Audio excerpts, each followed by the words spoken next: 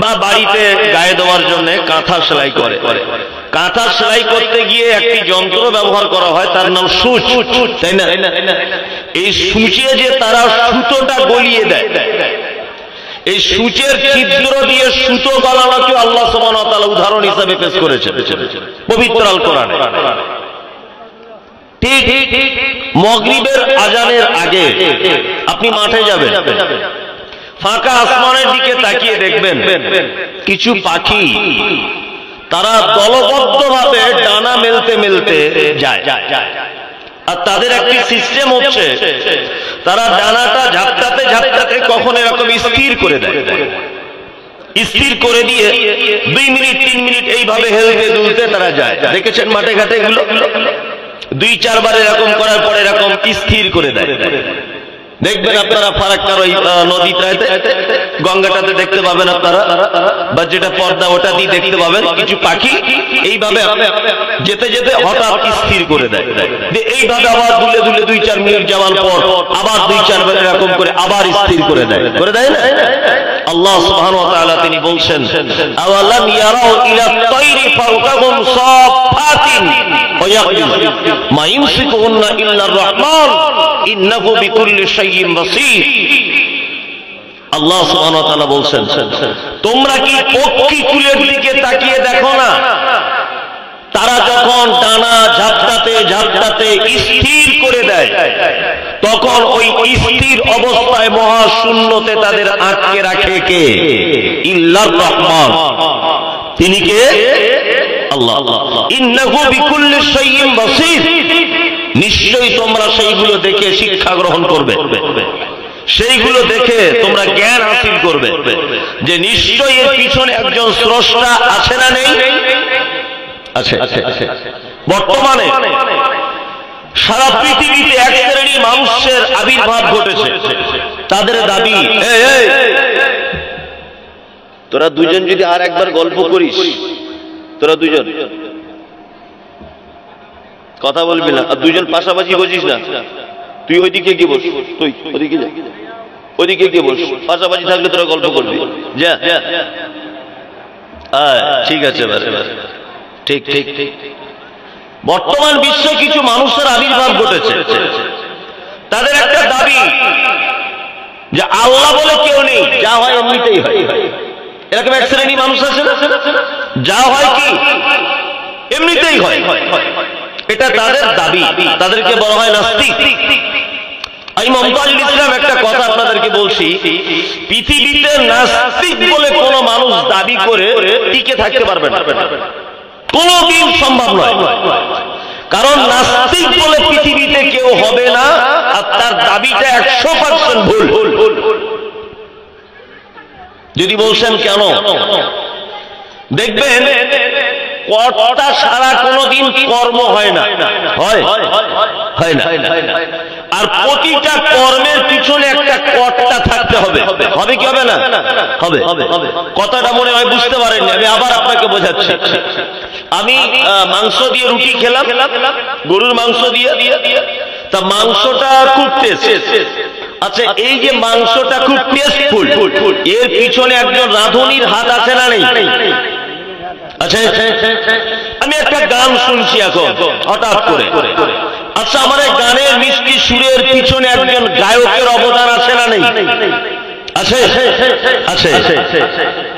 এক কথাতে সারা পৃথিবীতে যত কাজ আমরা দেখতে পাই, এই সমস্ত কাজের পিছনে একজন কর্তা লুকিয়ে আছে, কেউ না কেউ সেটা করছে, তাই না? এই যে প্রত্যেক দিন নির্দিষ্ট সময় পূর্ব দিকে সূর্য উঠে, আবার নির্দিষ্ট টাইমে পশ্চিম দিকে তার আলোকে নিস্তেজ করে দিয়ে চলে যায়, অন্ধকার নামিয়ে দিয়ে। আচ্ছা বলুন, সূর্যটা যখন ওঠে তার আলোর যে গতি থাকে, ঠিক 10টার সময়তে গতি বাড়ে না কমে? বাড়ে। 12টার সময়তে আরো বাড়ে, ঠিক 1টার দিকে আরেকটু বাড়ে, 2টা 3টা 4টার দিকে আস্তে আস্তে করে তার গতি কমে যায়, সে আবার লাল আকার ধারণ করে পশ্চিম দিকে অস্তমিত হয়ে যায়। আমার কথা হচ্ছে এই যে পূর্ব দিকে সূর্যটা উঠলো, তার আলোর এক রকমের তেজ, 10টার সময় আর এক রকমের ভোল্টেজ, 11টায় আর এক রকমের, 12টায় একটু বেশি, 1টার সময় একটু বেশি, 2টো বেজে গেলে কমে গেল, 5টার সময় ডুবে চলে গেল। এই যে কাজ প্রতিদিন কন্টিনিউ, এই যে কাজটা যিনি করেন এর পিছনে একজন কর্তা আছে না নেই? আছে, আছে। তিনি কে? আল্লাহ। মানে পৃথিবীতে নাস্তিক হবার কোন অপশন থাকবে না। আল্লাহ সুবহানাহু ওয়া তাআলা পবিত্র আল কোরআনে এমন কোন জিনিস নেই যে জিনিস আপনি এর ভিতরে খুঁজলে পাবেন না। সমস্ত কিছু একটা মানুষের জীবন ধারণের জন্য যত প্রয়োজনীয় বিষয় আছে, যত সমস্যা আছে, সমস্ত সমস্যার সমাধান দিতে পারে কে? আল কোরআন। পৃথিবীর এক আশ্চর্য কিতাব। আপনাকে আমি একটা জিনিস বোঝাই, তারপর সূরাটা তাফসীর শুরু করছি। দেখবেন মাধ্যমিক পাস করার পর ছাত্র যখন স্কুলে যায়, ওই স্কুলে যাওয়ার পর মাস্টার মশাইরা বলে ছাত্রকে যে তোমাকে নয় ইংরেজি নিয়ে পড়তে হবে, নয় তোমাকে বাংলা নিয়ে পড়তে হবে, নয় তোমাকে অঙ্ক নিয়ে পড়তে হবে, নয় তোমাকে সায়েন্স নিয়ে পড়তে হবে। তার মানে পৃথিবীতে এমন একটি কিতাব নেই যে কিতাবের ভিতরে সমস্ত জ্ঞান পাওয়া যায়। ওই জন্য পৃথিবীর জ্ঞানকে বিভিন্ন স্তরে ভাগ করে দেওয়া হয়েছে। ওই জন্য স্কুলে যখন টিচার, স্কুলে মাস্টার যখন নির্বাচন করা হয়, দেখবেন উনি অঙ্কের মাস্টার, উনি বাংলার মাস্টার, উনি ইংরেজির মাস্টার, উনি ভূগোলের মাস্টার, উনি বিজ্ঞানের মাস্টার, তাই না? ভাগ করা হয় কি হয় না? হয়। তার মানে কোন ভূগোলের টিচারকে যদি বিজ্ঞান সম্পর্কে কিছু জানতে যান, তাহলে উনি বলতে পারবেন না। কোন অঙ্কের মাস্টারের কাছে যদি আপনি ইংরেজি জানতে চান, তাহলে কোনদিন বলতে পারবে না, অসম্ভব ব্যাপার। চোখের ডাক্তার আলাদা, নাকের ডাক্তার আলাদা, হাড় আলাদা, হাড়ের ডাক্তার কি আলাদা। যে লোকটা চোখের ডাক্তার, আপনার স্ত্রী প্রেগনেন্ট, পেটে বাচ্চা, ডাক্তার বলেছে সিজার করতে হবে। আচ্ছা, একটা চক্ষু স্পেশালিস্ট ডক্টর, সে যদি আপনার স্ত্রীর প্রেগনেন্ট অবস্থায় সিজার করে বাচ্চা ডেলিভারি করে, ও ঠিক করুক আর ভুল করুক, আইনত অপরাধী কি না বলুন? অপরাধী। কারণ তুমি চক্ষু স্পেশালিস্ট, চোখের অপারেশন করতে পারবে, তুমি কোন ডেলিভারি মায়ের পেট কেটে বাচ্চা বার করার রাইট তোমার নেই। তার মানে পৃথিবীর সমস্ত ডিপার্টমেন্টকে আলাদা করে দেওয়া হয়েছে জ্ঞানের। আল্লাহু আকবার। পৃথিবীতে একটি মাত্র কিতাব দেখতে পাওয়া যায় যেটা কিয়ামত পর্যন্ত পরিবর্তনের কোনো চান্স নেই, এবং যে কিতাবের দায়িত্ব নিয়েছেন স্বয়ং আল্লাহ সুবহানাহু ওয়া তাআলা। এই কিতাব এমন এক কিতাব, এই কিতাবের ভিতরে সমস্ত রকমের জ্ঞান খুঁজে পাওয়া সম্ভব না সম্ভব? সম্ভব। মহাকাশ সম্পর্কে আপনি জানতে চান, কোরআনের কাছে আসুন, কোরআন বলে দিতে পারবে। পারিবারিক বিষয় জানতে চান, কোরআনের কাছে আসুন, কোরআন বলে দিতে পারবে। সাংসারিক বিষয় জানতে চান, কোরআন বলে দিতে পারবে। বৈবাহিক জীবন যাপন নিয়ে জানতে চান, রাজনীতির বিষয়ে জানতে চান, অর্থনৈতিক বিষয়ে জানতে চান, বিজনেসের ব্যাপারে জানতে চান, সমস্ত ব্যাপারের সমস্যা দিতে পারে, তার নাম আল কোরআন। আমি সেই কোরআন থেকে আপনাদেরকে কিছু কথা আলোচনা করব ইনশাআল্লাহ। আমি একটি সূরা পড়েছি, সূরাটির নাম হচ্ছে সূরা আল আনফাল। আনফালের আমি একটা আয়াত তাফসীর করার চেষ্টা করব ইনশাআল্লাহ। একদম আউযু বিল্লাহি এবং বিসমিল্লাহ থেকে শুরু করব, তাহলে তো সময় অনেক চলে যাবে। সময় যতদূর গড়িয়ে যাবে, আমার আয়াত যতটুকু শেষ হবে ততটুকুই আপনি শুনে যদি বাড়ি যান, তাহলে পৃথিবীর সবথেকে দামি কথা শ্রবণ করলেন এই মুহূর্তে আপনি, তাই না? জি জি। প্রথমে আমরা এটা জানবো, আচ্ছা বলুন, পবিত্র আল কোরআন শুরু করার সময় কি বলে শুরু করতে হয়?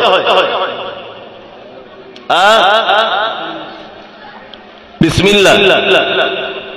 বিসমিল্লাহ কি? আউযু বিল্লাহ।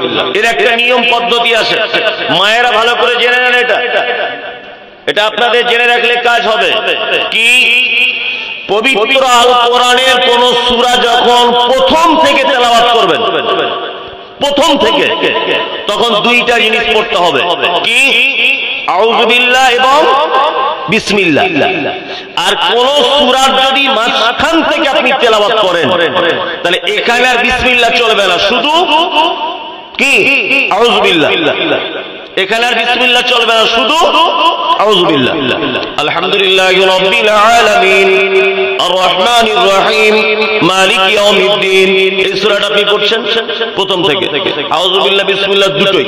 কোন কারণে আপনি পবিত্র আল কোরআনের মাঝখান থেকে কোন একটা সূরা পড়ছেন, লাইসাল বিররা আন তাওয়াল্লু ওয়াজহাকুম কিবালাল মাশরিকি ওয়াল মাগরিব ওয়ালাকিন্নাল বিররা মান আমানা বিল্লাহি ওয়াল ইয়াউমিল আখির, শুধু আউযু বিল্লাহ দিয়ে, তখন আর বিসমিল্লাহ চলবে না।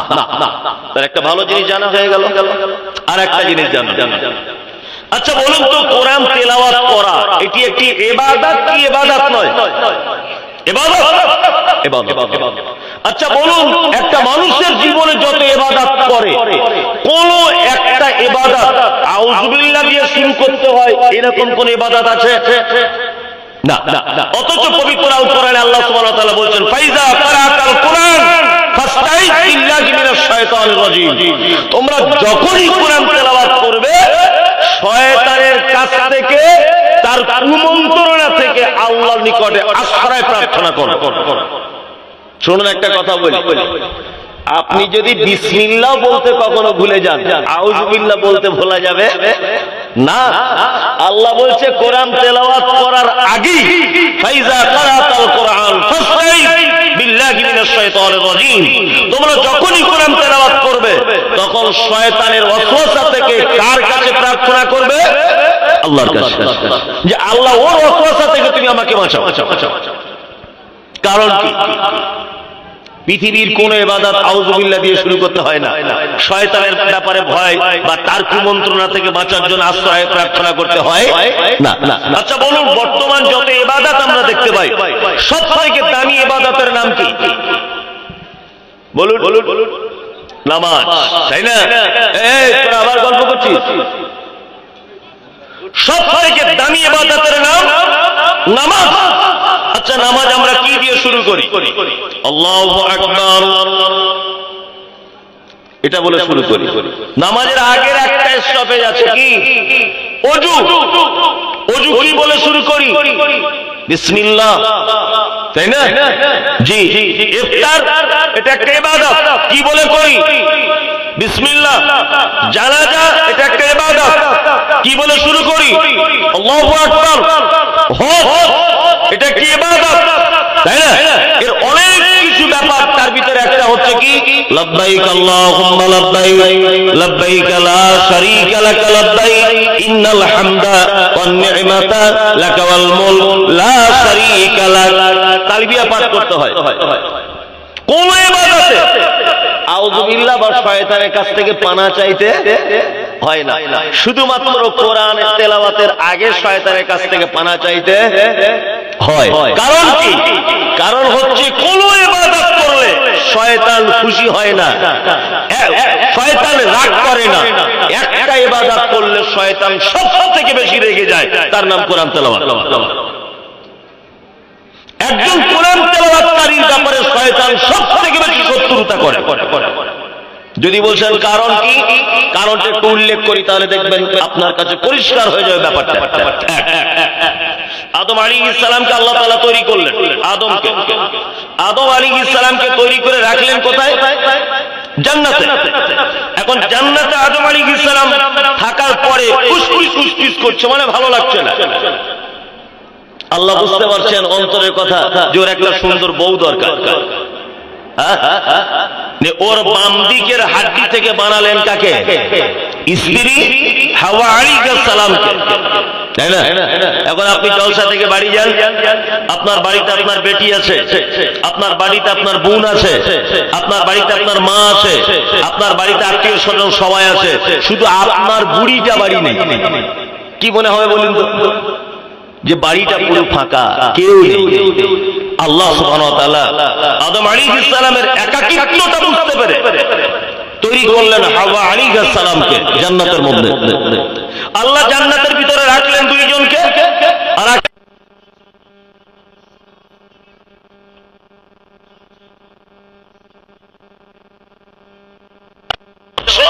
এই গাছের সাইডে তোমরা যাবে না, ওর ফল খাবে না। কি গাছ? গন্ধম। একদম মিছা কথা। আল্লাহ গাছের কথা উল্লেখ করেছে। আল্লাহ বলেছে গাছ, এটা গন্ধম। গন্ধম মানে গম, এটা গমের গাছ না বেদানার গাছ? তোমাকে এটা মাস্টারি করে বলতে কে বলেছে? আল্লাহ বলেছে গাছ, এতটুকুই শেষ।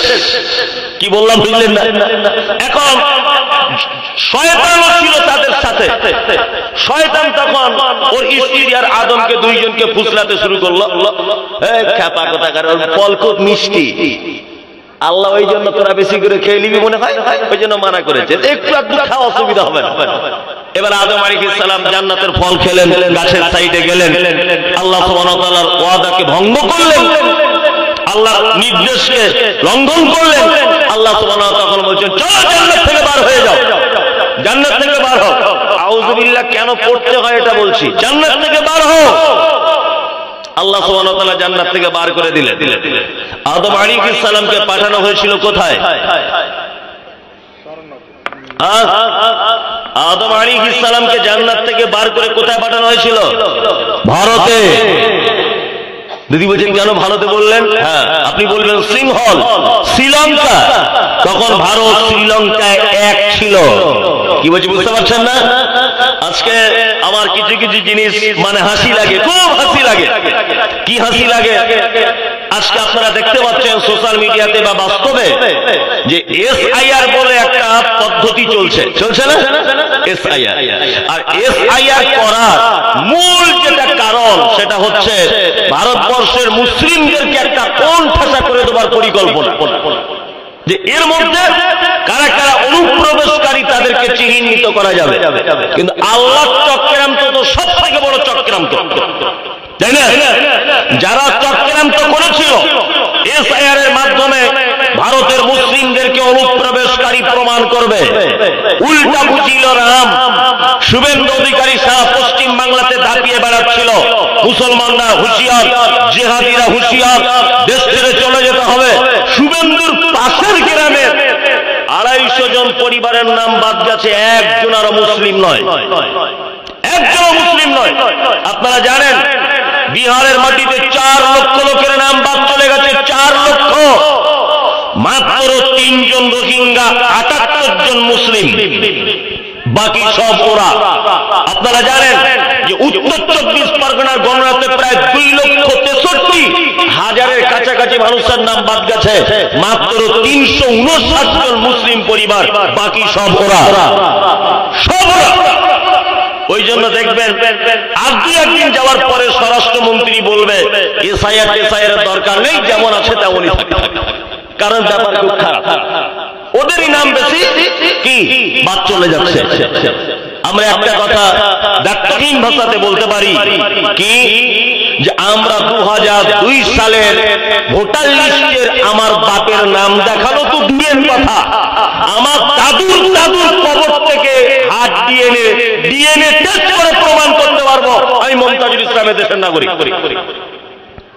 এই ক্ষমতা আমাদের আছে।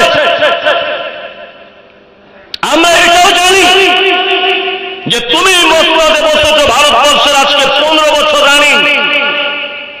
এর আগে এদেশ 1947-এর আগে 180 বছর ব্রিটিশরা এদের শাসন করেছে। তার আগে 1000 বছর আমরা এদের স্বাধীনতা আমরা শাসন করেছি। সারা দেশের মাটিতে আমাদের ঐতিহ্য রয়েছে, সারা দেশের মাটিতে। এরপরেও আমাদেরকে প্রমাণ করতে হবে আমরা দেশের নাগরিক কিনা। আমাদের পৃথিবীর প্রথম মানব, প্রথম নবী আদম আলাইহিস সালাম, ওনার মতো ব্যক্তিকে এই পৃথিবীতে ভারতবর্ষের মাটিতে পাঠানো হয়েছিল, ইতিহাস সেটা বলে। আর আমাদেরকে প্রমাণ করতে হবে আমরা এদেশের নাগরিক কিনা। আল্লাহু আকবার। ঘর মে আগ লাগি হ্যায় ঘর হি কি চিরাগ সে, ঘরে আগুন লেগেছে ঘরের বাতিতে। এখন আর শুভেন্দু বাবু রাস্তায় বার হতে পারছে না, পাবলিকের চামড়া তুলে দিবে বলেছে। মেরে চামড়া তুলে দিবে পাবলিকে।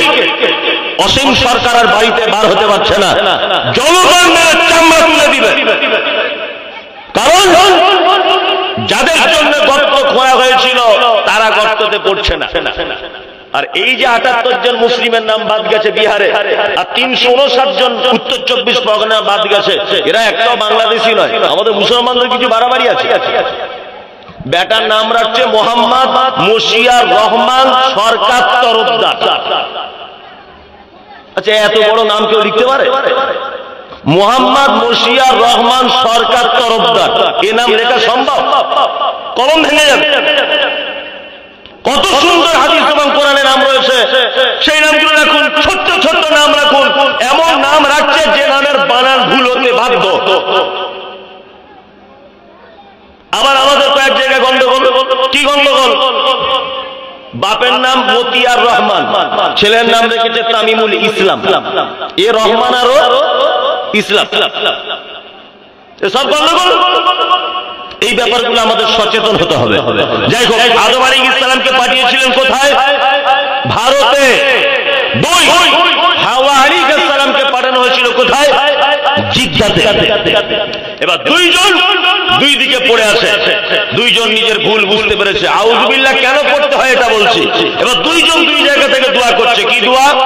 রব্বানা যালামনা আনফুসানা ওয়া ইল্লাম তাগফির লানা ওয়া তারহামনা লানাকুনান্না মিনাল খাসিরিন। আদম দোয়া করছেন, রব্বানা যালামনা আনফুসানা ওয়া ইল্লাম তাগফির লানা ওয়া তারহামনা লানাকুনান্না মিনাল খাসিরিন। ওইদিকে হাওয়া আলাইহিস সালাম তিনিও দোয়া করছেন, রব্বানা যালামনা আনফুসানা ওয়া তারহামনা লানাকুনান্না মিনাল খাসিরিন। বারবার যখন বলছে আল্লাহ ভুল করেছি ভুল করেছি ভুল করেছি মাফ করে দাও, আল্লাহ এক পর্যায়ে বললেন, যা তোদের দুজনকে ক্ষমা করে দিলাম, যা তোমার হাওয়াকে ক্ষমা করে দেওয়া হলো। আবার ক্ষমা করে দেওয়ার পরে আল্লাহ আদমকে বলছে, আদম এবার পৃথিবী নামক জায়গাতে তোমাকে পাঠানো হবে, তোমাকে আর হাওয়াকে দুজনকে। তখন আদম আলাইহিস সালাম বলছেন, একবার তো জান্নাতের ভিতর থেকে বার হলাম এই শয়তানের জন্য, এ আমাদেরকে ফুসরে ফাসরে ফল খাইয়েছে। তা আল্লাহ, আমরা যে দুনিয়াতে যাব শয়তান কি সাথে থাকবে? বুঝে, হ্যাঁ শয়তানও থাকবে। আদম আলাইহিস সালামের মন খারাপ যে তাহলে এবারে ওর যদি দুনিয়াতেও থাকে তাহলে আর আমাদের জান্নাতে ফেরত আসার চান্স নাই। আল্লাহ তাআলা বলছে, আদম শোনো, তোমাকে একটা সহিফা দেওয়া হবে, একটি কিতাব দেওয়া হবে। এই কিতাব অনুযায়ী যদি তোমরা চলো, তুমি আর হাওয়া, তাহলে তোমাদেরকে শয়তান পথভ্রষ্ট করতে পারবে না। আদম আলাইহিস সালামের মাথাতে ঢুকে গেছে, তাহলে আমি কিতাব পাবো, এই মতো করে চলবো। আর শয়তানের মাথাতে ঢুকে গেল, তাহলে এইবারে কিতাব পরিবর্তন করে দিতে হবে। কিতাবের ভিতরে কিছু গোজামিল ঢুকিয়ে দিতে হবে। ওই জন্য একটা কথা আপনাকে বলছি, ইতিহাসটা ভালো করে জানুন। পৃথিবীতে যত নবীদের কাছে কিতাব দেওয়া হয়েছিল, প্রতিটা নবীদের কিতাবকে পরিবর্তন করে দিয়েছে ইবলিস, শয়তান, অন্য কোন লোকের মাধ্যমে। তার প্রমাণ দেখুন, আমাদের মাঝে একজন নবী ছিলেন, আমাদের আগে নবীটির নাম হচ্ছে ঈসা আলাইহিস সালাম। ওনাকে একটি কিতাব দেওয়া হয়েছিল, কিতাবটির নাম ইনজিল, যেটা খ্রিস্টান ভাইরা বর্তমানে বাইবেল বলে দাবি করে। আমি মুমতাজুল ইসলামের কথা বলছি। জিনজিল আরবি ভাষাতে অবতীর্ণ হয়নি, ওটা ইয়ারমিক ভাষাতে অবতীর্ণ করা হয়েছিল। পরবর্তীতে ট্রান্সলেট করা হয়েছিল হিব্রু ভাষাতে। সেই হিব্রু ভাষার ওই যে ইনজিল আজও পর্যন্ত নেই। বর্তমান খ্রিস্টান ভাইরা যেটা দাবি করে, এটা হচ্ছে ওই বাইবেল যেটা ঈসার কাছে অবতীর্ণ করা হয়েছিল।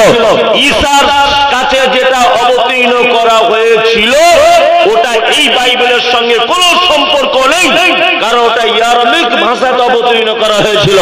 আর একটা কথা বলি, বর্তমান খ্রিস্টান ভাইদের কাছে যে বাইবেল রয়েছে, এই বাইবেলটা হচ্ছে খ্রিস্টান যাজকদের নিজস্ব তৈরি করা বাইবেল।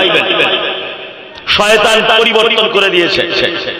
পৃথিবীতে যত নবীদের কাছে, যত রাসূলদের কাছে কিতাব এসেছে, প্রতিটা কিতাব শয়তান পরিবর্তন করে দিয়েছে। এবার বলুন, শেষ নবীর নাম কি? মুহাম্মদ সাল্লাল্লাহু আলাইহি ওয়াসাল্লাম। মুহাম্মদ সাল্লাল্লাহু আলাইহি ওয়াসাল্লামের কাছে কোন কিতাব এসেছে? আল কোরআন, তাই না? আল কোরআন শয়তান ভাবছে এবার শুধু কোরআনটা পরিবর্তন করলেই আমার খেল খতম, কারণ নবী তো আর আসবে না। তাহলে ইসলামটাকে ধ্বংস করে দেওয়া যাবে, এর ভিতরে গোজামিল করে দিব। কি বলছি বুঝতে পারছেন না? এবার শয়তান কোরআন পরিবর্তন করার চক্রান্ত করলো, তখন আল্লাহ তাআলা কোরআনে আয়াত অবতীর্ণ করলেন, ইন্না নাহনু নাযালনা যিকরা ওয়া ইন্না লাহু লাহাফিজুন। কোরআন অবতীর্ণ করেছি আমি, এর সংরক্ষণের দায়িত্ব আমি আল্লাহ নিজে হাতে নিলাম। শয়তান তখন দেখছে তো মেলা ঘেরা কল, কোরআন পরিবর্তন করব ভাবছিলাম তো এটা তো আর হবে না, কারণ আল্লাহ তো নিজে দায়িত্ব নিয়েছে। আর পরিবর্তন করা যাবে? যখন আর পরিবর্তন করা যাবে না, তাহলে এবার কিছু মানুষকে দিয়ে অন্তত চেষ্টা চালাই, যদি পরিবর্তন করা যায়। শুভেন্দু অধিকারীর মতো অমানুষদের সিলেক্ট করলো, নরেন্দ্র মোদীর মতো মানুষকে সিলেক্ট করলেন, অমিত শাহর মতো মানুষকে সিলেক্ট করলেন, অসীম সরকারের মতো মানুষকে সিলেক্ট করলেন শয়তান। দেখ মুসলমানদের কোরআনটা একটু পরিবর্তন করা যায় কিনা। ওরাও চেষ্টা চালিয়ে যাচ্ছে। কিয়ামতের আগের দিন পর্যন্ত যদি কোরআনের বিপক্ষে কোন রকমের পদক্ষেপ গ্রহণ করা হয়, তাহলে কোন রকমের পদক্ষেপ গ্রান্টেড হবে না, আল্লাহর পক্ষ থেকে ধ্বংস অনিবার্য, তাই না? আর একটা কথা বলি, সারা পৃথিবীর ইতিহাস প্রমাণ করে ইসলামের বিপক্ষে, কোরআনের বিপক্ষে যারাই দাঁড়িয়েছে তাদেরকে আল্লাহ সুবহানাহু ওয়া তাআলা ধ্বংস করে দিয়েছেন। করেননি? করে দিয়েছেন। আপনারা জানেন পার্শ্ববর্তী দেশের প্রধানমন্ত্রী, নাম হলো তার শেখ হাসিনা, আলেম ওলামাদের এত অত্যাচার করেছেন, দেলোয়ার হোসেন সাইদির মতো প্রখ্যাত মুফাসসিরে কোরআনকে আয়না ঘরের ভিতরে ঢুকিয়ে নির্যাতন করেছেন। বাংলাদেশের প্রখ্যাত আলেম আব্দুর রাজ্জাক বিন ইউসুফকে ৫,০০০ কোটি টাকার মিথ্যা মামলাতে ফাঁসিয়ে দেওয়া হয়েছে। আপনারা জানেন বাংলাদেশের প্রখ্যাত একজন আলেম ডক্টর আসাদুল্লাহ গনি, ওনার মতো প্রখ্যাত ব্যক্তিত্ব সম্পূর্ণ মানুষকে জেলখানার ভিতরে তাকে সাজা দেওয়া হয়েছে। মুজাফফর বিন মহসিন, তাকেও সাজা দেওয়া হয়েছে। এক কথাতে কোরআনের ব্যাপারে যারা আন্দোলন সত্য কথা দিয়ে জাতির সামনে পেশ করেছে, হাসিনা সরকার তাদের বিরুদ্ধে পদক্ষেপ গ্রহণ করেছে। কিন্তু আল্লাহর পক্ষ থেকে এমন আযাব এসেছে হাসিনার উপরে যে হাসিনা লাস্টে দেশ ছেড়ে পালাতে রাস্তা পেল না। শুধু দেশ ছেড়ে পালিয়েও ক্ষান্ত নয়, বর্তমান যিনি সরকার রয়েছে বাংলাদেশের মোহাম্মদ ডক্টর ইউনূস তার ফাঁসির রায় দিয়ে দিয়েছে। এখন উনি বলছেন দিদিকে তাড়াতাড়ি করে ফেরত পাঠাও, হাসিনাকে ফেরত পাঠাও, আমরা ফাঁসির রায় কার্যকর করব। আল্লাহর চক্রান্ত, পৃথিবীর সবথেকে দামি চক্রান্ত। ফেরাউন টিকতে পারেনি, নমরুদ টিকতে পারেনি, আব্রাহা টিকতে পারেনি, হাসিনা টিকতে পারেনি, নেপালের সরকার টিকতে পারেনি। ইমামদারদের মাদ্রাসা, মসজিদ, কোরআন, এদের বিরুদ্ধে যাই পদক্ষেপ গ্রহণ করেছে আল্লাহর পক্ষ থেকে সাজা আসবে, একটু দেরিতে হবে, দেরিতে হবে। এখন নরেন্দ্র মোদী সরকার মনে করছে আমার ক্ষমতা বেশি আছে, তো বাবরি মসজিদ ভেঙে দিলাম, এরপরে তাজমহলের দিকে টার্গেট,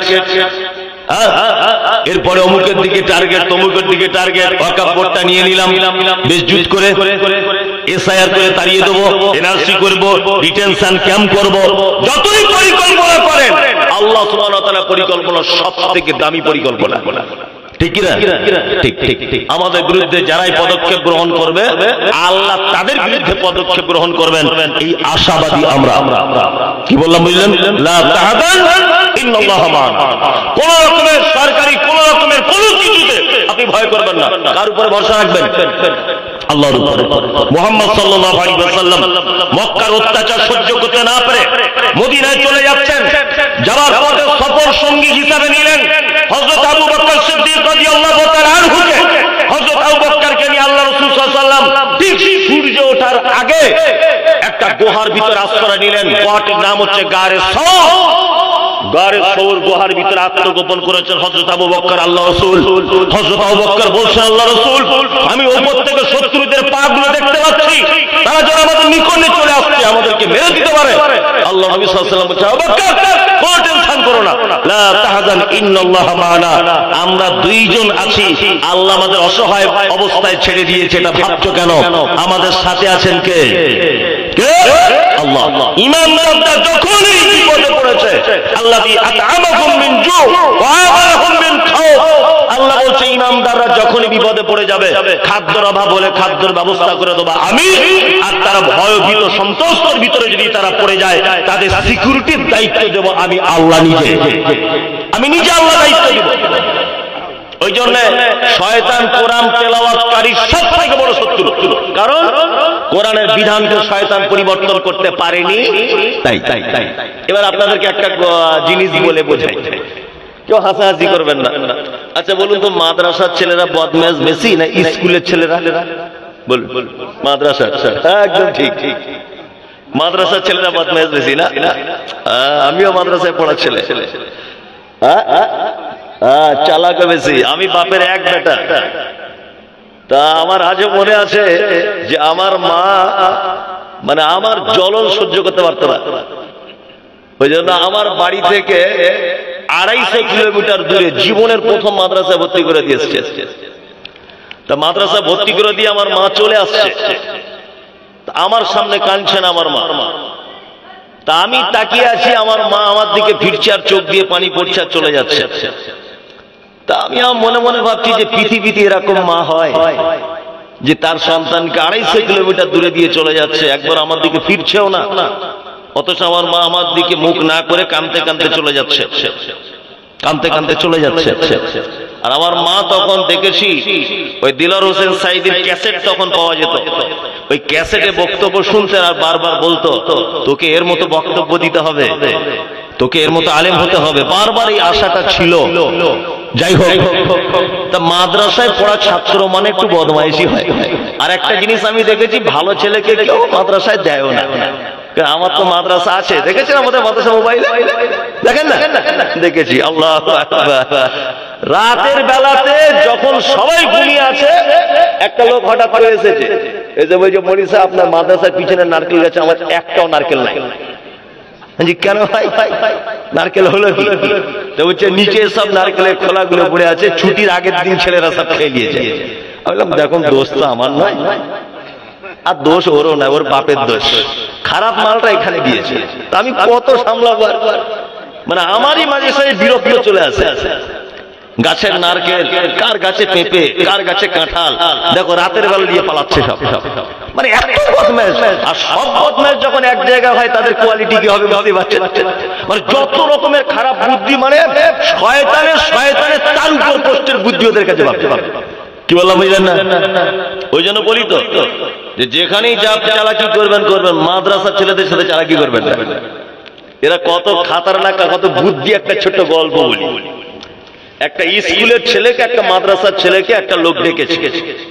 লোকটা রাজা মশাই ধরে না, দুজনের বুদ্ধির পরীক্ষা হচ্ছে।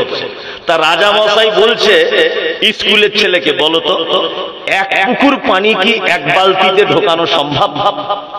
তখন স্কুলের ছেলেটা বলছে এক পুকুর পানি একটা বালতিতে কেমন করে আটবে, এটা করণীয় হতেই পারে না। বলছে দেখবি কেমন করে হয়।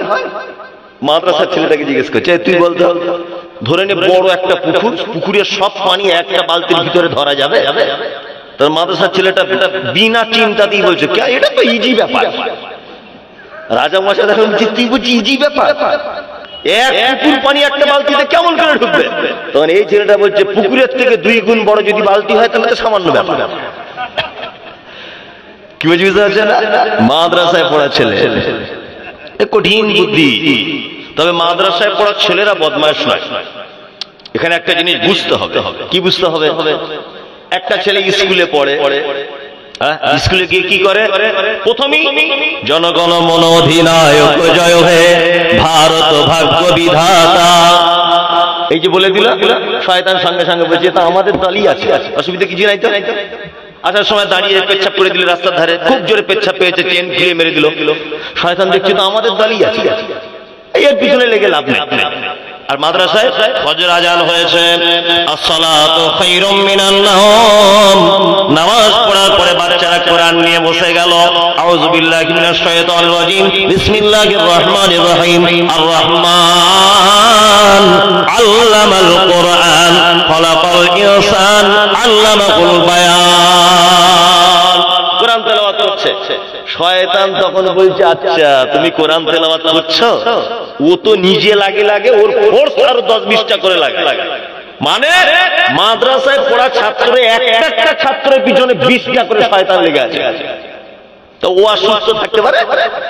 আপনাদের মুর্শিদাবাদের একটা ছেলে, লালগোলা বাড়ি, আমি নাম বলবো না, ওর মা শুনলে রাগ করবে, বুঝলেন?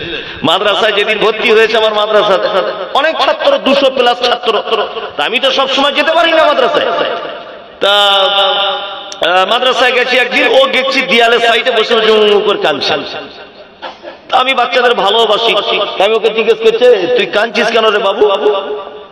বলছে, আমার পেটে খুব লাগছে হুজুর। খুব লাগছে? খুব।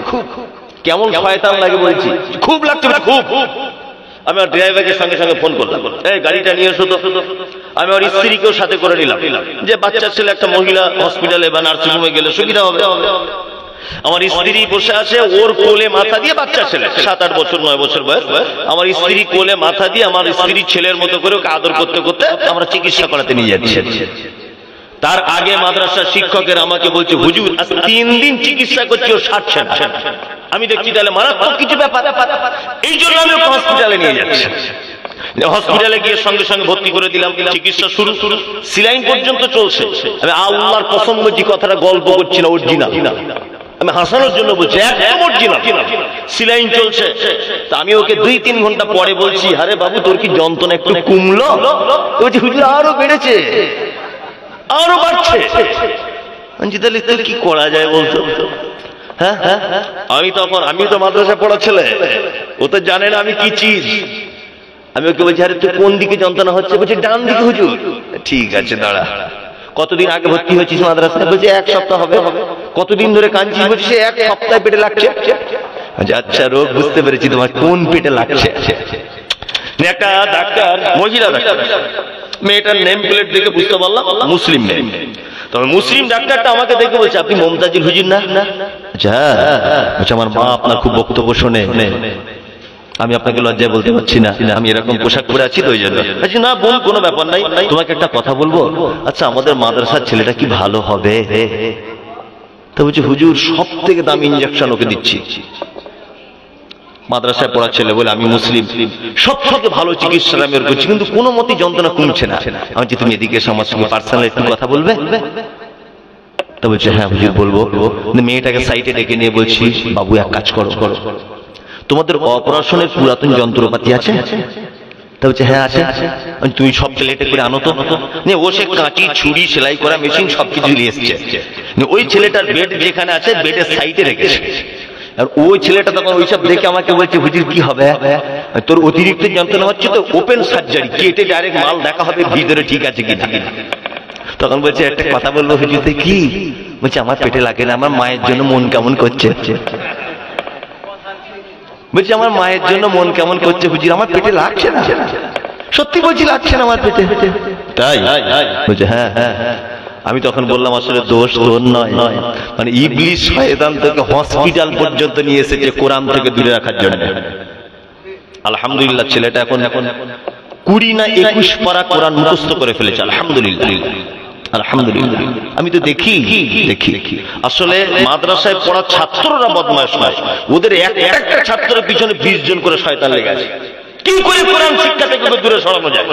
স্কুলের ছাত্রদের কোনো শয়তান লাগে না, ওরা ভাবে যে ওতে এমনিতে আমাদের দলের সার্টিফিকেট প্রাপ্ত। ওর সঙ্গে থেকে আপনিও দাঁড়িয়ে পেচ্ছাপ করে জনগণ মন অধিনায়ক জয় হে বলে, ও ঈসা নবীর নাম যিশু বলে ডাকে, ওতে এমনি আমাদের দলে আছে। কি বলছি বুঝতে পারছেন না? জি। এই জন্য কোরআন যখনই পড়বেন, কোরআনের সব থেকে বড় শত্রু কারা? শয়তান। এবার আমি কোরআনে এই সূরাটির একটু হালকা করে তাফসীর করি। আউযুবিল্লাহ কেন বলতে হয় বলে দিলাম, বিসমিল্লাহটা বলতে গেলে রাত পার হয়ে যাবে। ওই জন্য আমি ডাইরেক্ট সূরার ভিতরে ঢুকছি। এবার আপনারা একটু মনোযোগ দিয়ে শুনবেন। পবিত্র আল কোরআনের এই সূরাটি অবতীর্ণ হয়েছে একটি ঐতিহাসিক প্রেক্ষাপটকে কেন্দ্র করে। আচ্ছা, আপনারা জানেন যে বদরের যুদ্ধ হয়েছিল কত হিজরিতে? কে বলতে পারবেন বলুন? প্রায় আছে কত হিজরিতে বদরের যুদ্ধ হয়েছিল একজন বলুন? জানা নেই? আচ্ছা বলো। পারবে না। 2 হিজরিতে 2 কত 2। আর এই যুদ্ধতে আল্লাহ নবী সাল্লাল্লাহু আলাইহি ওয়াসাল্লামের সাহাবী শহীদ হয়েছিলেন কতজন? 14 জন। মুসলিম সৈন্য কত ছিল? 313 জন। আর বিপক্ষের মানুষ কত ছিল? 1000 জন। কি বললাম বুঝলেন? আল্লাহ নবী সাল্লাল্লাহু আলাইহি ওয়াসাল্লাম এই যুদ্ধতে জয় লাভ করেছিলেন, মুসলিমদের জয় এসেছিল, তাই না? আর মুসলিমরা এই যুদ্ধতে গনিমতের অনেক মাল পেয়েছিল, যাকে বলা হয় মালে ফাই, মানে অবশিষ্ট মাল। মানে বেঈমান মুশরিকেরা তাদের উট, তাদের ঘোড়া, তাদের সামানপত্র ফেলে দিয়ে মুসলিমদের আঘাতের কারণে ময়দান ছেড়ে তারা পালিয়ে গিয়েছিল। আর সাহাবীগণ যুদ্ধ শেষ করে এই মালগুলোকে এক জায়গায় জমা করেছিলেন। জমা করার পর সাহাবীদের ভিতরে মতনৈক্য সৃষ্টি হলো। একদল সাহাবী বলছেন এই মালগুলো সব আমাদের, কারণ আমরা আল্লাহর নবীকে সবথেকে বেশি করে সাপোর্ট করেছিলাম যাতে নবীর গায়ে আঘাত না লাগে। আর একদল সাহাবী বলছেন যে এই মালগুলো সব আমাদের, আমরা বেঈমানদের ময়দান ছাড়া করে এই মাল আমাদের। এই বলে সাহাবীদের ভিতরে একটা মতনৈক্য সৃষ্টি হলো। 2 দল সাহাবী আল্লাহর নবীর কাছে এলেন। সূরাটি অবতীর্ণ হয়েছে কেন? আসার পর আল্লাহ নবীকে বলছেন, আল্লাহ নবী এই যে মালগুলো আমরা পেয়েছি মালগুলো কাদের? তখন আল্লাহ নবী সাল্লাল্লাহু আলাইহি ওয়াসাল্লাম চুপ থাকলেন, কোনো কথাই বললেন না। কারণ তখনও পর্যন্ত আল্লাহর নবীকে কিছু জানানো হয় নাই। আল্লাহ তাআলা এবার কোরআন অবতীর্ণ করলেন। যখন জিজ্ঞাসা করছেন মালটা কাদের, আল্লাহ তাআলা কোরআন অবতীর্ণ করলেন কি? ইয়াসআলুনাকা আনিল আনফাল, হে নবী আপনাকে যুদ্ধের মাল সম্পর্কে জিজ্ঞাসা করা হচ্ছে। কুলিল আনফালু লিল্লাহি ওয়া রাসূল, আপনি বলে দেন এই মাল আল্লাহ এবং তার রাসূলের। ফাত্তাকুল্লাহ, তোমরা আল্লাহকে ভয় করো। ওয়া আসরিকু যাতা বাইনিকুম, আপসের ভিতরে ঝগড়া বিবাদকে মিটিয়ে নাও। আতিউল্লাহ ওয়া আতিউর রাসূল, আল্লাহর আনুগত্য করো, রাসূলের আনুগত্য করো। ইন কুনতুম মুমিনিন, যদি তোমরা মুমিন হয়ে থাকো। আল্লাহ বলছেন যদি তোমরা কি হও? মুমিন যদি তোমরা হয়ে থাকো। আল্লাহু আকবার। এখানে আল্লাহ সুবহানাহু ওয়া তাআলা মুমিন হওয়ার জন্য আগে 3টে কথা বললেন। 1, তাকওয়াল্লাহ, আল্লাহর উপরে ভয় করবে।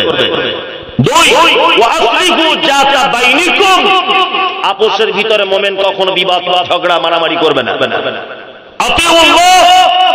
মুমিন আল্লাহর আনুগত্য করবে, ওয়া রাসূল, রাসূলের আনুগত্য করবে। ইন কুনতুম মুমিনিন, ইন হচ্ছে শর্তের জন্য ব্যবহার হয়। আল্লাহ বলছে যদি তোমরা মুমিন হও, যদি তোমরা কি হও? মুমিন হও। এবার আমার থেকে ফিরুন একটা কথা বলি। আমার ছেলেটা মাধ্যমিক পরীক্ষা দিবে, এটা অরিজিনাল নয়, বোঝানোর জন্য বলছি। আমার ছেলে মাধ্যমিক পরীক্ষা দিবে, তো মাধ্যমিক পরীক্ষা দিতে যাওয়ার আগে আমি আমার ছেলেকে বলছি, আব্বু তুমি যদি ফার্স্ট হও, তুমি যদি কি হও? ফার্স্ট হও। আচ্ছা বলুন তো দেখি, কথা সম্পূর্ণ হলো? সম্পূর্ণ কখন হবে? তুমি যদি ফার্স্ট হও তোমার একটা ভালো মোবাইল কিনে দিব, তুমি যদি ফার্স্ট হও তোমাকে একটা গাড়ি কিনে দিব, তুমি যদি ফার্স্ট হও তোমাকে একটা ঘড়ি কিনে দিব, তাহলে কথা সম্পূর্ণ হলো, তাই না? আল্লাহ বলছে ইন কুনতুম মুমিনিন, যদি তোমরা কেউ মুমিন হও। সুবহানাল্লাহ। তার মানে মুমিন হলে প্রাইজ আছে না নেই? আছে। তাহলে আমাদের মুমিন হওয়া লাগবে, লাগবে কি লাগবে না? আল্লাহ সুবহানাহু ওয়া তাআলা মুমিনদের গুণ বর্ণনা করলেন কি? ইন্নামাল মুমিনুনা আল্লাযীনা ইযা যুকিরাল্লাহু ওয়াজিলাত কুলুবুহুম ওয়া ইযা তুলিয়াত আলাইহিম আয়াতুহু যাদাতুহুম ঈমানা ওয়া আলা রাব্বিহিম ইয়াতাওয়াক্কালুন আল্লাযীনা ইউকিমুনাস সালাতা ওয়া মিম্মা রাযাকনাহুম ينفقون أولئك المؤمنون حقا لهم درجات عند ربهم ومغفرة ورزق كريم الله মুমিনদের গুণ বর্ণনা করলেন। মাইক ওয়ালা কে আছে? মাইক ওয়ালা কোথায়? বাইরে। মাইক ওয়ালা ভাই আপনি একটু দিকে আসুন। এই বক্স মাঝে সাথে ডিস্টার্ব করছে, আপনি এদিকে আসুন। আল্লাহ মুমিনদের গুণ বর্ণনা করলেন। আল্লাহ বলছেন ইন্নামাল মুমিনুনা আল্লাযীনা ইযা যুকিরাল্লাহু ওয়াজিলাত কুলুবুহুম। আল্লাহ বলছে মোমেন কারা? এই যারা এখানে বসে আছেন, যারা বসে আছেন, মোমেন হলে জান্নাতে যাওয়া যাবে। কোথায়? জান্নাতে। মোমেন হওয়ার ইচ্ছা আছে আপনাদের? ইনশাআল্লাহ, ইনশাআল্লাহ। আল্লাহ তাআলা মোমেনদের গুণ বর্ণনা করলেন। আল্লাহ বলছে মোমেন তারা, মোমেন হলো তারা যাদের সামনে যারা পাপ করে, অন্যায় করে, অন্যায় করার পরে পরে আল্লাহর ভয়ে থরথর করে কাঁপে। এটা হচ্ছে মোমেনের 1 নম্বরের গুণ। পাপ করবে, অন্যায় করবে, কিন্তু অন্যায় হয়ে গেলে আল্লাহর কথা স্মরণ হয়ে গেলে মোমেন কি করবে? ভয়ে থরথর থরথর করে কাঁপবে। এটা মোমেনের 1 নম্বরের গুণ। এই আমাদেরকে ফেরত ফেরত মোমেন তাহলে ভয় করবে পাপের ব্যাপারে কার? কাকে? আল্লাহ। এই একটা কথা বলছি, মায়েরা যারা বসে আছেন আপনাদেরকে, আপনার ছেলে ছিপ বুঝেন, ছিপ নিয়ে মাছ ধরে, ছিপ ঠিক দুপুর 12টার দিকে ছিপ নিয়ে মাছ ধরে নিয়ে এসেছে 2টা রুই মাছ এরকম সাইজের। আপনি রান্না করে খেয়ে নিলেন, রান্না করে কি খেয়ে নিলেন। আপনার একবার জিজ্ঞাসা করার দরকার ছিল কি ছিল না? ওই বাচ্চাটা যে মাছ কোন পুকুর থেকে আনলি, জিজ্ঞাসা করার দরকার ছিল কি ছিল না? ছিল, ছিল না? ছিল। রাতের অন্ধকারে পাপ করেছেন, আপনার পাপ পৃথিবীর কেউ দেখতে পায়নি, কেউ দেখতে পায়নি। তারপরও যখন আল্লাহর কথা স্মরণ হবে যে কেউ দেখতে না পেয়েছে কে? আল্লাহ। আমরা পাপ করার ব্যাপারে ঠিক এই রকম করি। কেউ আসছে না তো? কেউ আসছে না তো? পিছন দিকে ফিরে দেখি কেউ আসছে না তো? সামনে এরকম করে তাকাই অন্যায় করার সময় কেউ আসছে না তো? লুকিয়ে লুকিয়ে করে যখন দেখে কি দেখে না? দেখে। একবার এরকম করে দেখেন যে ফাঁকা আসমানের তলায় মাঠের মাঝখানে ছাগলটা চুরি করছি, কেউ নেই, দেখতে পাচ্ছে একজনকে। আল্লাহ। আল্লাহ তাআলা বলছে মুমিনের এটা গুণ। মুমিন সর্ব ব্যাপারে ভয় করবে কাকে? আল্লাহকে। আর আল্লাহর ভয় চলে এলে ভয় থরথর করে কি করবে? কাঁপবে। এবার আপনাকে একটা আশ্চর্য ঘটনা বলি। মরা মানুষের মতো আপনি বসে থাকুন, ঘটনাটা শুনুন। কত চমৎকার! আল্লাহর ভয় কাকে বলে? সুবহানাল্লাহ, সুবহানাল্লাহ। হযরত ওমরের নাম শুনেছেন? ওমর, হ্যাঁ শুনেছেন। কেমন মানুষ ছিলেন? কেমন মানুষ? আল্লাহ নবী সাল্লাল্লাহু আলাইহি ওয়াসাল্লাম ওমরের ব্যাপারে বলছেন, ওমর, আরে তোমার জন্য জান্নাতের ভিতরে একটা রাজপ্রাসাদ তৈরি করা দেখে এলাম। সুবহানাল্লাহ। আল্লাহ রাসূলের সবথেকে একজন বিচক্ষণ সাহাবী ছিলেন, নাম হলো তার হুযায়ফা। কি নাম? হুযায়ফা। ওনার এত জ্ঞান ছিল যে আল্লাহ নবী সাল্লাল্লাহু আলাইহি ওয়াসাল্লাম গুরুত্বপূর্ণ কথা আলোচনা করতেন হুযায়ফা নামক সাহাবীর সঙ্গে। কি বললাম বুঝলেন? হযরত হুযায়ফার সঙ্গে আলোচনা করতেন। একদা আল্লাহর নবী আল্লাহর প্রতি ভয় দেখুন, একদা আল্লাহর নবী হুযায়ফাকে বললেন, হুযায়ফা, আমাদের ভিতরে এই লোকগুলো তারা মুনাফিক। মুনাফিকের লিস্টটা করে আল্লাহর নবী হুযায়ফাকে দিলেন। হুযায়ফা এশার নামাজ পড়ে বাড়ি চলে এলেন। এইটা সাহাবীদের ভিতরে সবরব হয়ে গেল, জানাজানি হয়ে গেল যে বিশ্ব নবী মুনাফিকের লিস্ট তৈরি করেছেন। আর আল্লাহর নবী এই লিস্টটা জমা রেখেছেন হুযায়ফাকে। হযরতে ওমর গভীর রাতে উঠলেন, রাত 12টা-1টার সময় উঠে হুযায়ফার দরজায় গিয়ে ঠক ঠক করে আওয়াজ করছেন। হুযায়ফা বলছে, কে এত রাতে আমার বাড়িতে? হযরতে ওমর বলছেন, আল্লাহর নবীর সাহাবী আমি হযরতে ওমর। হুযায়ফা বলছে, এত রাতের বেলা আপনি আমার বাড়িতে কেন এলেন? হযরত ওমর বলছে, হে আল্লাহর নবীর সাহাবী হুযায়ফা, বলো, বিশ্ব নবী তোমার কাছে মুনাফিকের লিস্ট পাঠিয়েছে। যখন থেকে এটা শুনেছি আমি বালিশে মাথা রেখে ঘুমাতে পারছি না, আমার পিঠের তলায় যেন আগুন লেগে যাচ্ছে। আমি আল্লাহকে এত ভয় করি। ভাইরে হুযায়ফা, একবার বলে দাও ওই মুনাফিকের লিস্টে আমি ওমর আমার নাম আছে কিনা? একবার বলে দাও আমি ওমর আমার নামটা ওই লিস্টের ভিতরে পড়েছে কিনা? হুযায়ফা বলছেন, হে আল্লাহর নবীর সাহাবী ওমর, বিশ্ব নবী তিনি বলেছেন যে ওমরের জন্য জান্নাতে একটা ঘর বানানো আছে। আমি বিশ্বাস করি যে ওমর তোমার নাম এই লিস্টের ভিতরে নাই, এই লিস্টে তোমার নাম নাই। হযরত আবু বকরের নাম শুনেছেন? কেমন আল্লাহকে ভয় করতেন, সুবহানাল্লাহ। গনিমতের মাল এসেছে, গনিমতের কি বললাম বুঝলেন? তখন তিনি আমিরুল মুমিনিন, খলিফাতুল মুসলিমিন, 663 বর্গ মাইলে তিনি খলিফার ডিউটি পালন করেন, সুবহানাল্লাহ। তার মানে তিনি মুখ্যমন্ত্রী। গনিমতের মাল কি এসেছে? কাপড় এসেছে। কি? কিছু কাপড়। হযরত আবু বকর কাপড় সবাইকে একটা একটা করে দিলেন, নিজেও একটা নিলেন। তার পরের দিন জুম্মার খুতবাতে হযরত আবু বকর মিম্বারে দাঁড়িয়ে আছেন আর দুইটা নতুন কাপড় পরে। আল্লাহকে কেমন ভয় করে দেখুন। একটা কাপড় পরেছেন আর একটা কাপড় কি গায়ে নিয়েছেন, চাদরের মতো করে খুতবা দিতে উঠেছেন। খুতবা শুরু করার আগে জনগণ বলছে, আবু বকর খুতবা দেওয়ার আগে এটা আপনি বলুন যে আমাদেরকে একটা কাপড় দিলেন, আপনি কেন দুটো কাপড় নিলেন? আপনি তো খলিফা, আপনি দুটো কাপড় কেন নিলেন? হযরত আবু বকর তো চুপ। আল্লাহু আকবার, কি প্রশ্নের সম্মুখীন হলাম।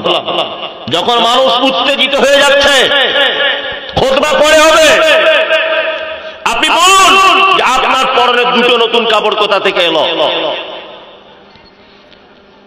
এই কথা বলার পর হযরতে আবু বকরের বেটা আব্দুল্লাহ ভরা মজলিসে উঠে দাঁড়িয়ে গিয়ে বললেন, হে আল্লাহর নবীর সাহাবীরা, সন্দেহ করো না, সন্দেহ করো না। তোমরা একটা কাপড় যেমন পেয়েছো, আমার আব্বা ঠিক একটা কাপড়ই পেয়েছে, কিন্তু আমার আব্বা একটু লম্বা মানুষ, একটা কাপড়ে আমার আব্বার শরীরে কুলায় না। এই জন্য আমি আব্দুল্লাহ ভাগে যে কাপড়টা পেয়েছিলাম, এই কাপড়টা আমি আমার আব্বাকে দিয়ে দিয়েছি। আমার আব্বা একটা আব্বার কাপড় পরেছে আর একটা আমার কাপড় পরেছে। আমার গায়ে দেখো নতুন কোন কাপড় নাই। আমার আব্বা এতটাই আল্লাহকে ভয় করে, ফোরাত নদীর তীরে যদি কোনো গৃহপালিত পশু না খেয়ে যদি মারা যায়, আমার আব্বা আল্লাহর দরবারে জবাবদিহিতার ব্যাপারে ভয় করে। আমার আব্বা এত ভয় করে, আমার আব্বা তার অধীনস্থে থাকা একটা মানুষ যদি না খেয়ে মারা যায়, আমার আব্বা তার ব্যাপারেও আল্লাহকে ভয় করে।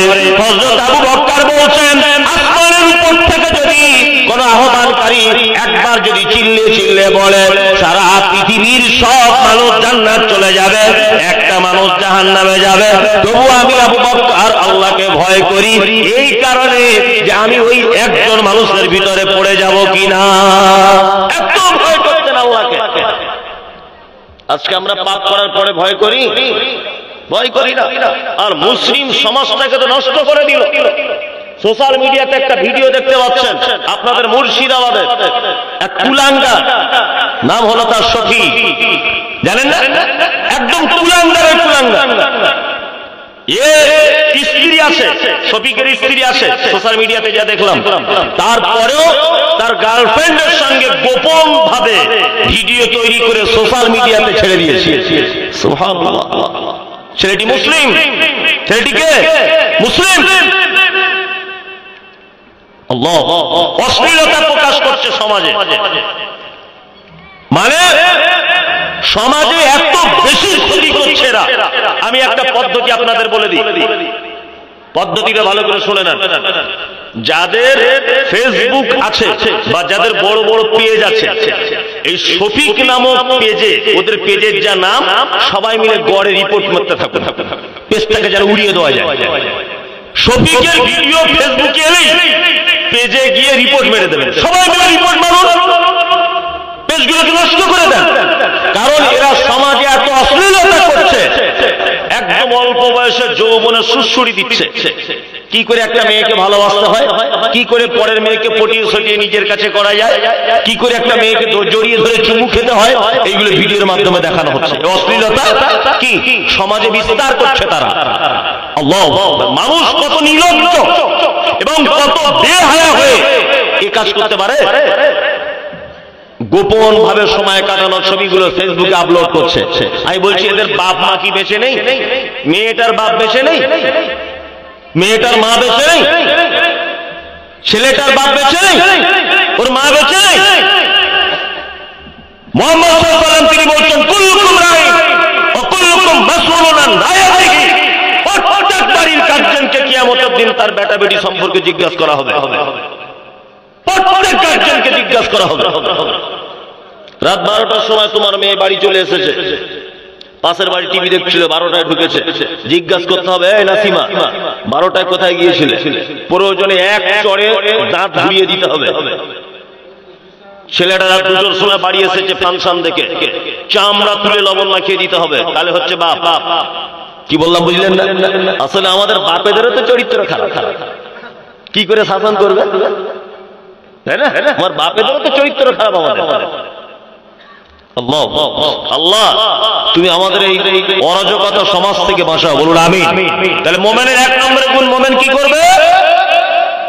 পাপ ভুল করার পরে অনুতপ্ত হয়ে আল্লাহর ভয়ে থরথর করে কাঁপবে। 2, আল্লাহ বলছেন আয়াতুহু যাদাতুহুম ঈমানা ওয়া আলা রাব্বিহিম ইয়াতাওয়াক্কালুন। মুমিনের 2 নম্বরের গুণ হলো মুমিনের সামনে যখন কোরআন তেলাওয়াত করা হয়, আল্লাহ বলছে যাদাতুহুম ঈমানা, তার ঈমান সাথে সাথে বেড়ে যায়। মুমিনের সামনে কোরআন তেলাওয়াত করলে কি হয়? ঈমান। এই চাদরওয়ালা একটু বসে, একটু পড়ে যাবে, ঈমান কি হয়? বেড়ে যায়। এই কোরআন তেলাওয়াত করলে ঈমান বাড়ে, বাড়ে। আমি তার জ্বলন্ত প্রমাণ আপনাকে দিচ্ছি, জ্বলন্ত প্রমাণ।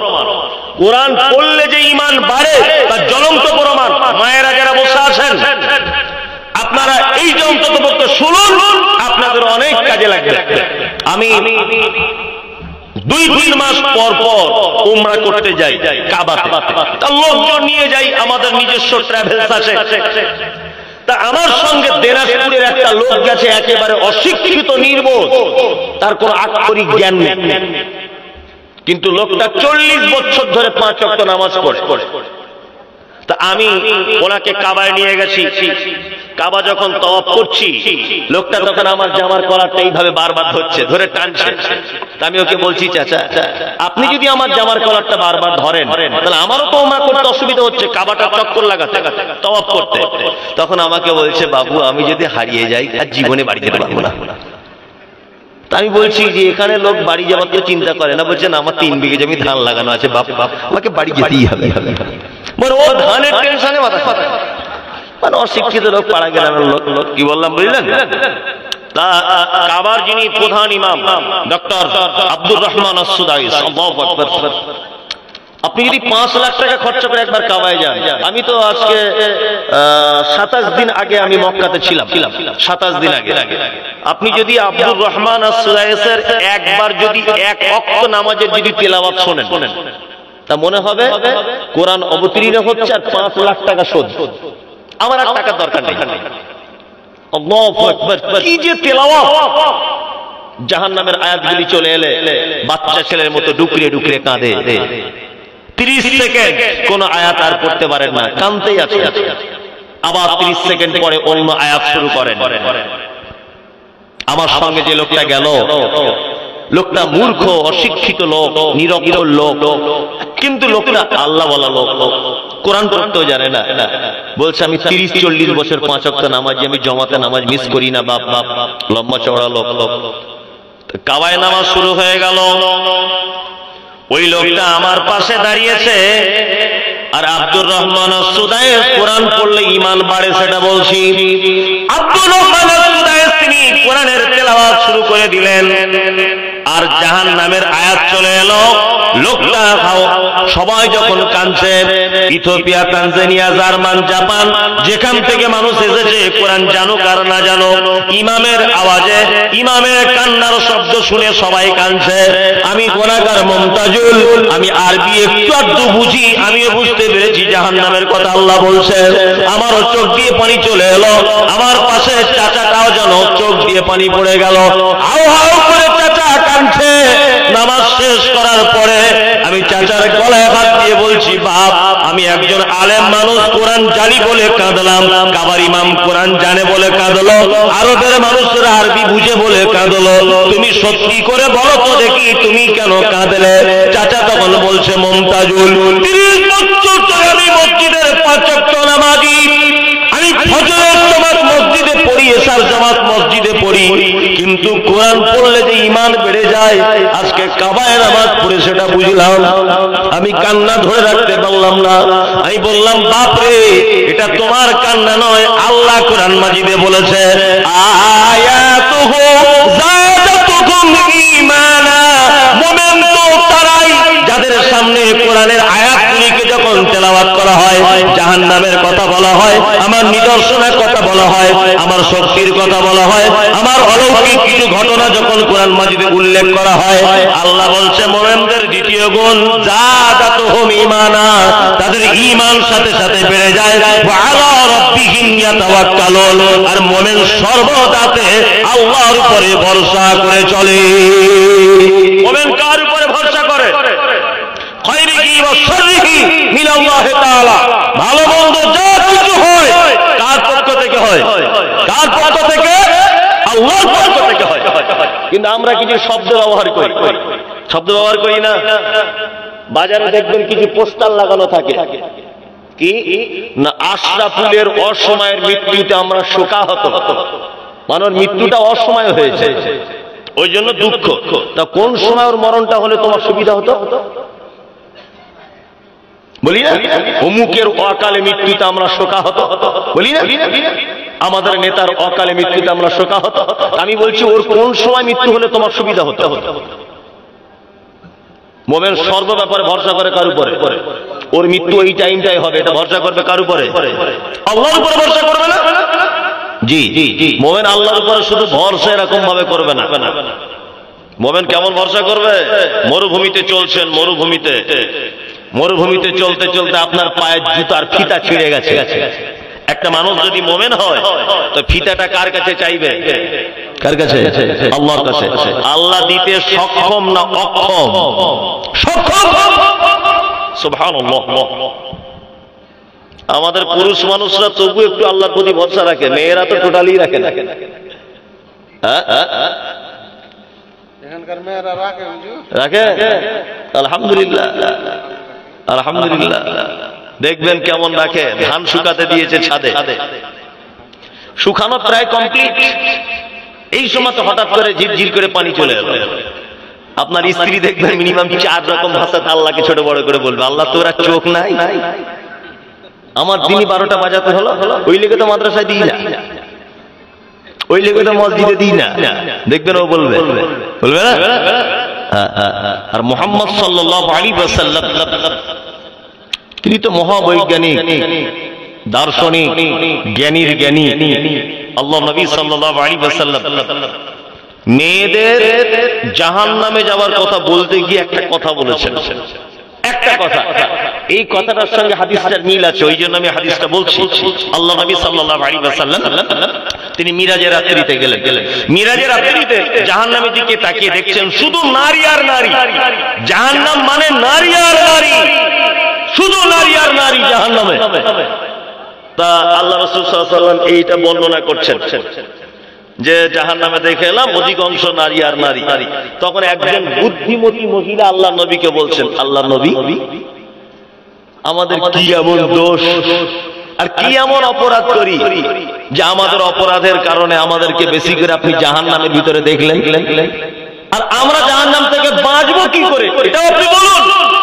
আল্লাহ নবী বললেন, ইয়া মাশারান নিসা তাসাদদাকনা তাসাদদাকনা তাসাদদাকনা, হে জগতের যত নারীরা, তোমরা যদি আল্লাহর তৈরি করা জাহান্নাম থেকে যদি বাঁচতে চাও তাহলে তোমরা তোমাদের সম্পদকে আল্লাহর রাস্তায় সাদাকা করে দাও, দান করো বেশি বেশি করে, তাহলে জাহান্নাম থেকে বেঁচে যাবে। তখন মহিলা বলছে, আল্লাহ নবী জাহান্নাম থেকে বেঁচে যাবে এটা তো আপনি বলে দিলেন, কিন্তু কোন কারণে জাহান্নাম যাবে এটা বলুন। যে রাতে মিরাজ হলো বিশ্ব নবীজির, নবী বলে জাহান্নামে মহিলাদের ভিড়। একজন মহিলা বলে বিশ্ব নবীজিরে, কোন কারণে বেশি ভাগ যাব জাহান্নামে? প্রথম কারণ হলো অধিক নারীগণ, অল্প ফনেতে তাদের ভরে না কমল। দ্বিতীয় কারণ হলো ষোলো সমাচার, প্রশংসা নাহি করে নিয়ামত আমার। ঝগড়াঝাটি বেশি করে নিজ স্বামীর সনে, এহেন কারণে নারী যাবে জাহান্নামে। গীবত যে বেশি করে এক অপরের তরে, এহেনও কারণে নারী যাবে জাহান্নামে। আল্লাহ নবী মহিলাটিকে বলছেন, ও মহিলা শোনো, তোমাদের চারটে কারণের কথা আমি নবী বলে দিয়ে গেলাম। তোমরা এই চারটে কাজ করো বলে তোমাদের অধিকাংশকে জাহান্নামে যেতে হবে। অল্প জিনিসে তোমাদের মন ভরে না। আপনাদের গ্রামের মেয়েদের হয়তো ভরে, উনি বারবার সার্টিফিকেট দিচ্ছেন যখন, হয়তো ভরে। জি আলহামদুলিল্লাহ, আলহামদুলিল্লাহ, আলহামদুলিল্লাহ। অল্প জিনিসে কি মন ভরবে না। ওদের একটা, এটা আপনি দুনিয়াবি স্বভাব বলতে পারেন। তবে ইল্লাহ মাশাআল্লাহ কত ভালো মেয়ে আছে। তবে ভালো মেয়েদের ভিতরে এই গ্রামের সব মেয়েরা পড়ে যাচ্ছে আর কি। এরা সব ভালো, অন্য গ্রামের মেয়েদের কথা আমি বলছি। কি বলছি বুঝতে পারছেন না? আল্লাহর নবী বলছেন, অল্প জিনিসে এক নম্বর নারীদের কি হয় না? মন ভরে না। দুই নম্বর স্বামীর সঙ্গে ঝগড়া অশান্তি করে। গ্রামের মেয়েরা সেটাও করে না, তাই তো? সেটা করে না। আরে গ্রামে তো দূরের কথা, আমি কি বড় পাঞ্জাবি পরে আছি বলে ভাবছেন যে এর মনে হয় কিছু হয় না? আমাদের হয়, একটু এদিক ওদিক করলে তেড়ে মারতে চলে আসে। মানে ক্ষমতা থাকলে মেরেই দিত, এরকম অবস্থা। স্বামী স্ত্রী একটু এদিক ওদিক কি হবে, হওয়াটাই স্বাভাবিক। আল্লাহ নবী সাল্লাল্লাহু আলাইহি ওয়াসাল্লাম তিনি বলছেন, স্বামীর প্রতি কৃতজ্ঞতা স্বীকার করে না। পৃথিবীতে একটা মাত্র জাতি আছে যারা যার খায় তার বদনাম করে, তার নাম নারী। কি বললাম বুঝলেন না? 13 বছর সংসার করছে একটা মেয়ে, 13 বছর সংসার করার পরে পাশের বাড়িতে বেড়াতে গিয়ে পাশের বাড়ির মেয়েটা জিজ্ঞাসা করছে, বুবু তোমাদের বাড়ির স্বামীটা কেমন? বলছে আর বলো না, 13 বছর আগুনের উপরে বসে আছে, অথচ ওরই কাপড় পরে আছে, ব্লাউজটা ওই কিনে দিয়েছে, আর দুপুরে ভাত ওরই খেয়েছে। আর ওর কাছে এসে বলছে 13 বছর আগুনে বসে আছি। কি বলবো, বাপ মা দেখে দিয়েছে, করতে হয়েছে, কিছু করার নেই, সুখে নাই বুবু আমরা। অথচ 13 বছর চলে গেল, 12-13 বছর। ওরা জীবনে কোনোদিন স্বামীর প্রশংসা করবে না, আর স্বামীর সম্পদের ব্যাপারে কৃতজ্ঞতা স্বীকার করবে। এগুলো আমরাও তো সংসার করছি, বাস্তব।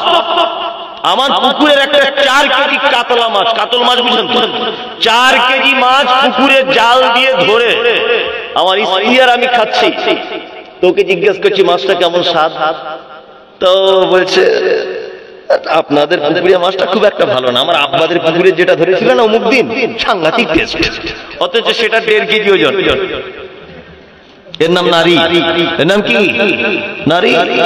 আপনি যতই যা কিছু করেন কৃতজ্ঞতা স্বীকার করবে না। আমি একটা কথা বলি, অনেক সময় আজকে কথা প্রসঙ্গে এসেছে বলে বলছি, আমি আমার বাড়ির একাই পুরুষ মানুষ, আমার আপনার বয়স্ক মানুষ, সুগারের রোগী, অনেক দুর্বল মানুষ, আমি একাই। আমি তো বাড়িতে থাকতে পারি না, তা যেখানেই জলসা জুলুস যেখানে যা হয়, বাংলাদেশ যায়, সৌদিতে যাই, ওই যেখানে যাই সেখান থেকে সব থেকে ভালো জিনিস যেটা আমার চোখে ধরে সেটা আমি কিনে নিয়ে যাই আমার গিন্নির জন্য। এখন গাড়িতে যে কত কি কেনা আছে ওর লেগে বাড়ি যাবো যখন নিয়ে যাবো, তা আমি তো কিনি। আর ও বাপের এক বেটি, ওর আব্বা মাও কেনে, আবার আমার আব্বা মা একটা বৌমা বলে ওরাও দেয়। আমার 4টে বোন, তারা একটা ভাবি বলে সবসময়তেই জামা কাপড় দেয়। আমি তো দিই, তার মানে ওর জামা কাপড়ই ভর্তি সারা বাড়িতে। তারপরেও যদি আমি কখনো ফ্রি হয়ে বাড়িতে বলি চলো না একটু কলকাতা দিকে কোথাও বেরিয়ে আসি, তা আমার স্ত্রী আমাকে যতবার বলি ততবার বলে কি পরে যাব, ভালো জামা কাপড় নাই তো। বারবার বলে যে কি পরে যাব, ভালো কিছু নাই তো। আমি মনে মনে ভাবলাম, রে তোকে যদি এখন বড় কাপড়ের দোকান করে দেওয়া হয় তবুও ভালো জিনিস পাবি না, কারণ তোর এটা স্বভাব, তোর স্বভাব। জীবনে তোর অল্প জিনিসে মন ভরবে না। আপনি ওকে একটা কিনে দেবেন। আচ্ছা বলুন তো, মিথ্যা কথা বলা জায়েজ না না জায়েজ? না জায়েজ। আচ্ছা কেউ যদি মাঝে মধ্যে তার বইয়ের কাছে মিথ্যা কথা বলে, তার মানে এবার কত খাতারনাক আপনি ভাবুন। আল্লাহ নবী বলছে মিথ্যা কথা বললে লোহার কাঁচি গরম করে জিভ কাটা হবে, কিন্তু কোন পুরুষ মানুষ মাঝে মধ্যে চালাকি করে বইয়ের কাছে যদি মিথ্যা কথা বলে তাহলে পাপ হবে না। তার মানে আল্লাহ নবী তিনিও বুঝতে পারতেন এরা কত খাতারনাক। কি বুঝলেন না? আল্লাহু আকবার। খুব সাবধান, মেয়েরা যারা আছেন রাগ করবেন না, আমি কথা যেটা বলছি অতীব বাস্তব কথা। আল্লাহ নবী সাল্লাল্লাহু আলাইহি ওয়াসাল্লাম তিনি বলছেন, দুই, স্বামীর প্রতি অকৃতজ্ঞ, অল্পতে খুশি হবেন। আপনার স্বামী যদি 30 টাকা দামের ব্লাউজ এনে দেয় তবুও বলতে হবে আলহামদুলিল্লাহ। এক সপ্তাহ গোস্ত আনতে বলছেন, আনতে পারছে না, তবু আলহামদুলিল্লাহ। ডাল ভাতে আলহামদুলিল্লাহ। ভাঙা ঘরে বসবাস করুন, আলহামদুলিল্লাহ। অন্যান্য বউদের মতো সোনা গয়না, গলার মালা, হাতের চেন, গলার চেন, হাতের আংটি দিতে পারছে না, তবু আলহামদুলিল্লাহ। আমার স্বামী আমার জন্য অনেক উত্তম। জি, স্বামীর ব্যাপারে সবসময় কি আলহামদুলিল্লাহ, নিজেকে উজাড় করে দেবেন। ও কিছু দিতে পারছে না বলে যে ভালোবাসা কম হবে তা নয়। আপনার জীবনের সবটুকু ভালোবাসা দিয়ে ওকে দেখুন। ও হয়তো টাকা বেশি দিতে পারে না আপনাকে, কিন্তু আপনাকে তো ভালোবাসে। কিন্তু এখনকার মেয়েদের বিপরীত, ভালোবাসার দরকার নেই, এক বস্তা টাকা চাই। তবে সব মেয়েরা নয় অবশ্য, কিছু আল্লাহওয়ালা ভালো মেয়েরা আছে, অবশ্যই আছে, আছে না? অবশ্যই আছে, যারা কিছুই চায় না, শুধু ভালো পারফেক্ট একটা পুরুষ মানুষ চায়, তাই না? জি, স্বামীর সঙ্গে সৎ ব্যবহার করবেন। আমাদের নবী মুহাম্মদ সাল্লাল্লাহু আলাইহি ওয়াসাল্লাম আর আম্মা জান আয়েশা সিদ্দিকা রাদিয়াল্লাহু তাআলা আনহার কি যে মহব্বত ছিল, কি যে ভালোবাসা ছিল, আপনি ঠিক ওই রকম আল্লাহ নবীর স্ত্রীদের মতো হন। আম্মা জান আয়েশা বলছেন, যে গেলাসে আমি পানি পান করিতাম, পান করা হয়ে গেলে নবীকে দিতাম, দেখিতাম আমি ওগো নিজ নয়নেতে, ওখানে মুখ লাগাইয়া নবী পান করিতেন। গোস্ত খেয়ে হাড্ডি গুলো ফেলিয়া দিতাম, চুষে চুষে খেত নবী চোখেতে দেখিতাম। আম্মা জান আয়েশা বলছেন, আল্লাহ নবী আমাকে এত ভালোবাসতেন, দুইজন এক জায়গাতে খেতে বসেছি, আমি যে গ্লাসে পানি পান করেছি গ্লাসটা রেখে দিয়েছি, আল্লাহ নবীকে দেখেছি, আমি যে জায়গাটায় মুখ লাগিয়ে পানি পান করেছি ওই জায়গাটায় মুখ লাগিয়ে আল্লাহর নবী তিনি পানি পান করতেন। আম্মা জান আয়েশা বলেন, গোশত খেয়ে হাড্ডি গুলো ফেলিয়া দিতাম, চুষে চুষে খেত নবী চোখেতে দেখিতাম। আম্মা জান আয়েশা বলেন, আমি গোশত খেতাম আর হাড্ডিটা দস্তরখানের উপরে ফেলে দিতাম, আর আমার স্ত্রীকে দেখতে পেতাম, আল্লাহ নবীকে দেখতে পেতাম, ওই দস্তরখান থেকে হাড্ডিটা আবার তুলে নিয়ে মুখের ভিতরে দিয়ে চিবিয়ে চিবিয়ে তিনি রস পার করে করে তিনি খেতেন। এত ভালোবাসতেন। আপনার স্ত্রী আপনার আঁটু খায়? হারাম করে বিড়ি টেনে টেনে মুখে যা গন্ধ, ওর বউ জোর কাছে থাকে, এটা আলহামদুলিল্লাহ। কত সুন্দর দাঁত, তরমুজের বিচির মতো করে দিয়েছে, গুটকা পান খেয়ে খেয়ে কালো আল কাতরার মতো হয়ে গেছে দাঁতগুলো। অথচ আম্মা জান আয়েশা বলছেন, আমি যে জায়গাটায় মুখ লাগিয়ে পানি পান করেছি আল্লাহ নবীকে দেখেছি ওই জায়গাটায় মুখ লাগিয়ে পানি পান করতেন। আমি গোশতকে হাড্ডিটা ফেলে দিয়েছি, আল্লাহ নবীকে দেখেছি ওই হাড্ডিটা আবার দস্তরখান থেকে তুলে নিয়ে চিবিয়ে চিবিয়ে খেতেন। কি মহব্বত ছিল!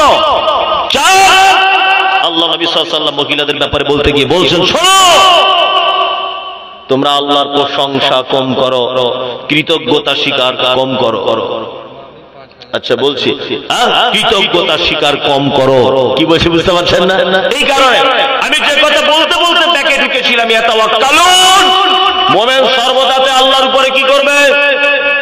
ভরসা করবে, তাই না? খেতে দিলেও আল্লাহ আলহামদুলিল্লাহ, না খেতে দিলেও আলহামদুলিল্লাহ।